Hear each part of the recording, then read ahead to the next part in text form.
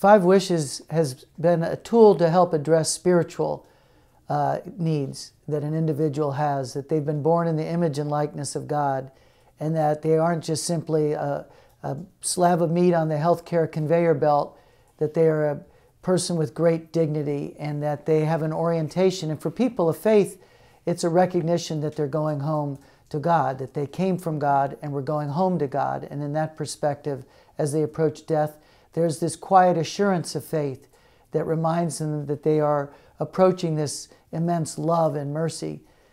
It's not a message that you've seen out there in the public eye during the COVID pandemic. Where was the leadership, our spiritual leaders, during COVID, when so much focus was placed on the avoidance of death at all costs, that we watched our elderly exiled and isolated, and we saw the plague of loneliness spreading in the lives of individuals every bit as perniciously as the virus itself? Where was our spiritual leadership, and what can we do about that?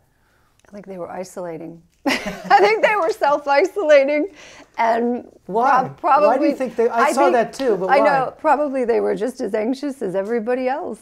And what it really reveals for us, I say that with no judgment. You know, this really did reveal something in all of us. We have a fear of death. You know, that's part of the existential condition. All of us, every one of us.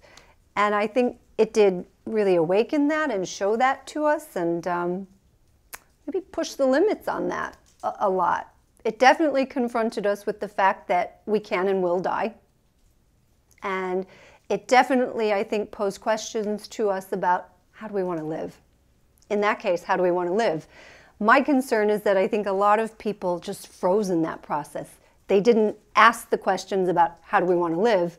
They just froze in the fear of, I might die. You know, you got to go to that next step.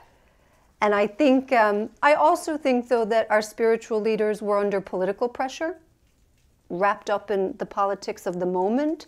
You know, if you're in any kind of leadership, there was kind of this communication which sort of said your job is to keep everybody safe.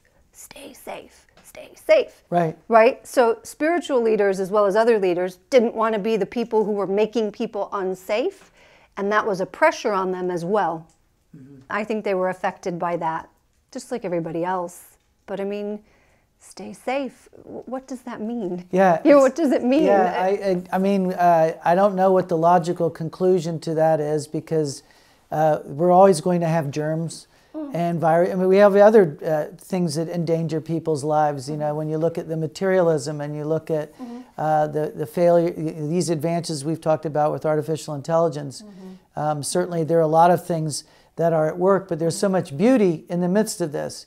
And it seemed to me, too, that we could have used spiritual shepherds stepping forward to walk with individuals, accompany them, and say, yes, there is the risk of dying. You know, encouraging the healthcare heroes that were there at the bedside of our sick and dying, to let them know, yes, you might contract this illness, but, you know, I think of Mother Teresa, and I think of how she was in the midst of lepers, and where she could have gotten leprosy, or she could have gotten AIDS when she was opening the AIDS homes all over the world, not just in the United States, which she did back when no one did, but all over the world.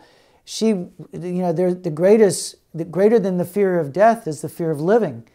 And so how do we go back to messaging that out in a world now that's got such a fear of death, paralyzing them that they can't? Well, I think this is the piece. This is what you're saying, Jim. I think spiritual leaders, in a sense, they did the piece around you could die, because we all had to do that. No one did the second piece, which was, how do you want to live? What do you want? What do you need to do? What's unfinished? Do you have any regrets? You know, are there things you're looking forward to? You know, who's most important in your life? Who do you love the most? How do you show them that? Let's come back to those kind of basics. That's what it should have done for people. I think there was a real missed opportunity here, because that's what it should have done for people. I think for some people it did. You know, I think there were blessings and awakenings. We didn't hear anything about them. There was just this perpetual stream of be afraid, be afraid, be afraid. I think a lot of that did happen, but we didn't talk about it, which is a real shame.